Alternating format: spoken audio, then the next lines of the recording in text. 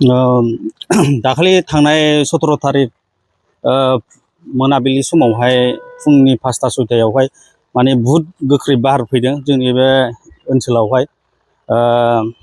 आं बेखौनो बुंनो सानो बनगाव VCDC चेयारमेन हिसाबै माने आङो फार्स्ट अफ अल जोंनि मानगोनां BTC नि चिफ हाग्रामा महिलारि सारखौ आङो धन्यबाद जासिगोरो आरो बेजों लोगोसे बनगाव 9 नं समस्तिनि मानगोनां MCLA जुबिराज सारखौबो आङो धन्यबाद होनो सानो।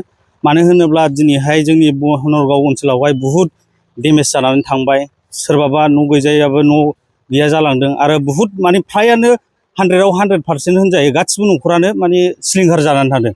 दा बेहाय जोंनि मानगोनां BTC नि चिफ हाग्रामा महिलारिया बुहुद जोंखौ दिनैहाय सहाय खालामदों। मानो होनोब्ला जोंनो सासेयावहाय मोनसे न'खरावहाय माने थिनबान आरो थिङाबो बुहुद मोजां क्वालिटि माने 35 mm आरो बेजों लोगोसे दालि थाबाय, माइरं थाबाय, ओमफ्राय संख्रि थाबाय, ओमफ्राय थाव थाबाय, बुहुद त्रिपाल थाबाय, बुहुद माने मोजां जोंनो दा होदों।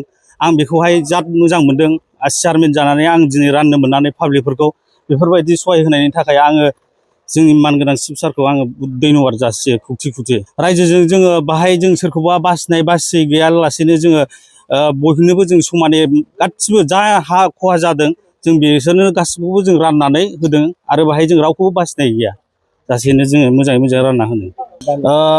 माइरंखौ जोङो 15 केजि होदों सासेयावहाय, आरो थाव गुबै 1 केजि, आरो दालि 1 केजि, ओमफ्राय त्रिपाल गांसे, ओमफ्राय थिंबान 3। बनगावआवहाय गासै एफेक्ट जानाया बनगाव, खाग्राबारि, साउथ खाग्राबारि, मिडेल खाग्राबारि, नर्थ खाग्राबारि आरो हेखायफारा आरो दुरामारि जावलियाफारा।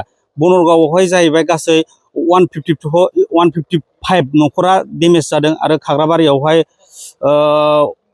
197 आरो हेखायफारायाव 35 आरो माबायाव जावलियाफारायावहाय 35टा बिदिनो जादों। गासै टटेलि 350टा घर।